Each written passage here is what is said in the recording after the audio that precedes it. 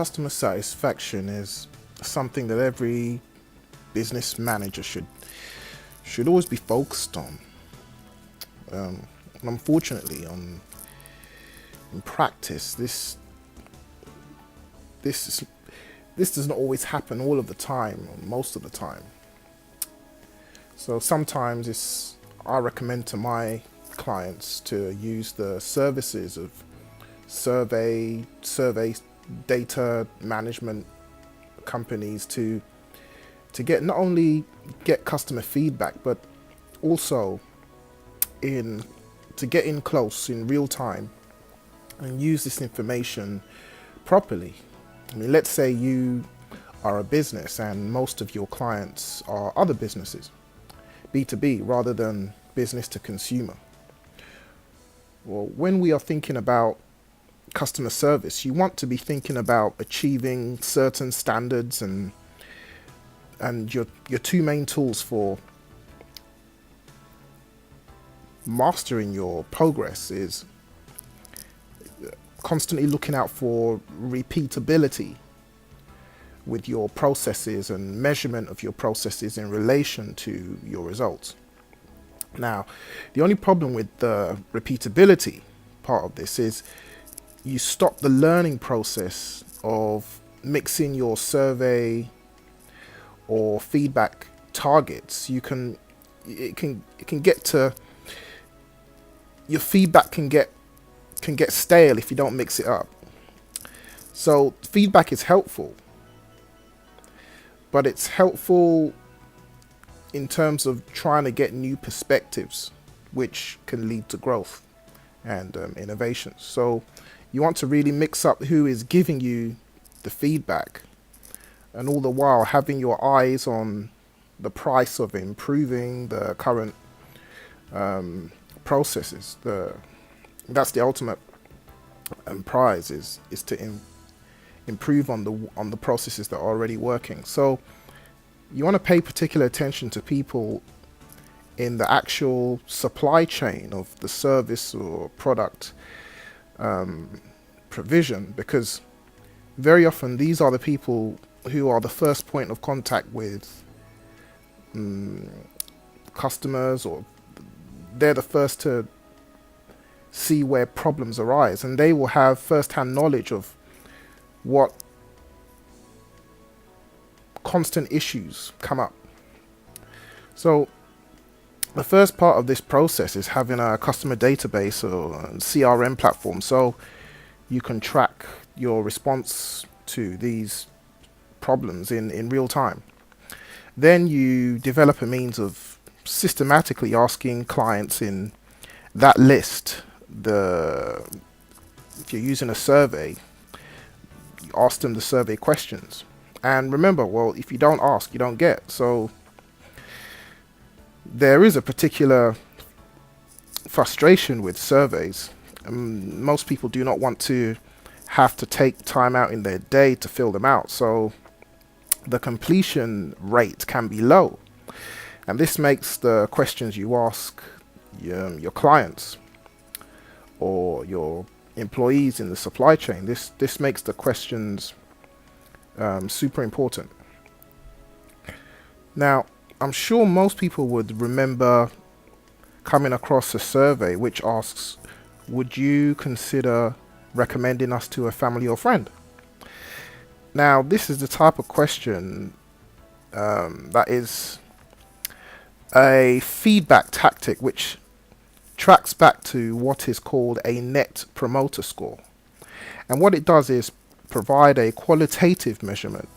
I'm usually of the opinion there needs to always be something quantitative so you can see the percentage of your responses. A mixture of both qualitative and quantitative questioning is ideal.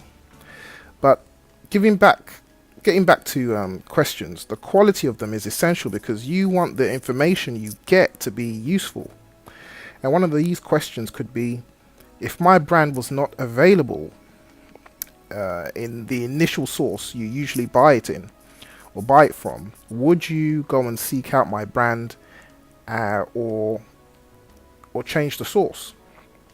Or would you just use something else, some or other service provider. And the kind of information you are getting from that is whether there is any loyalty you have with the client.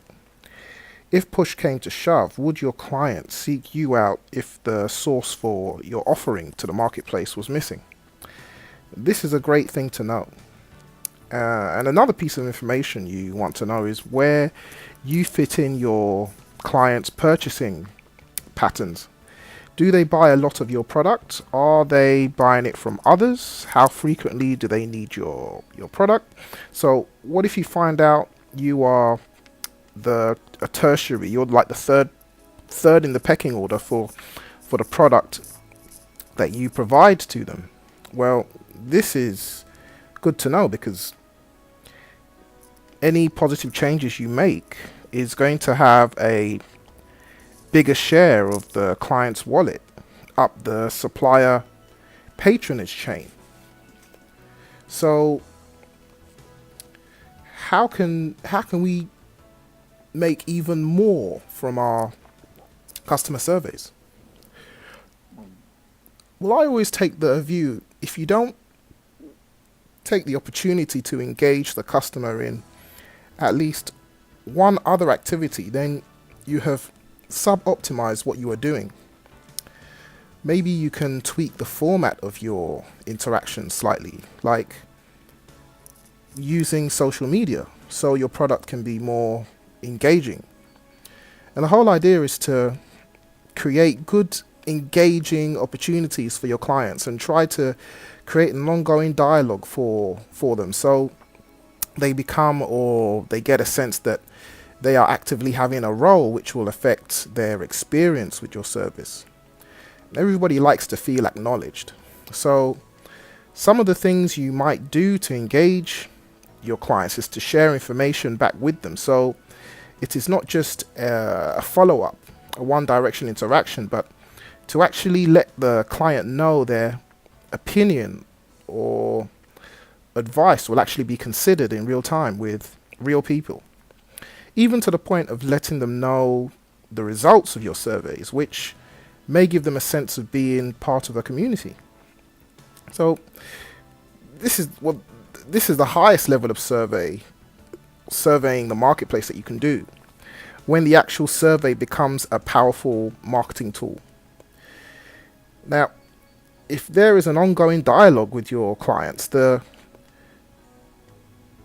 creators of the dialogue, they essentially create a closed room that feeds future product development and can create home runs in terms of future products and services you provide for them, which will lead to segmentation of your client list and an overall deeper connection with your customers for relatively low cost.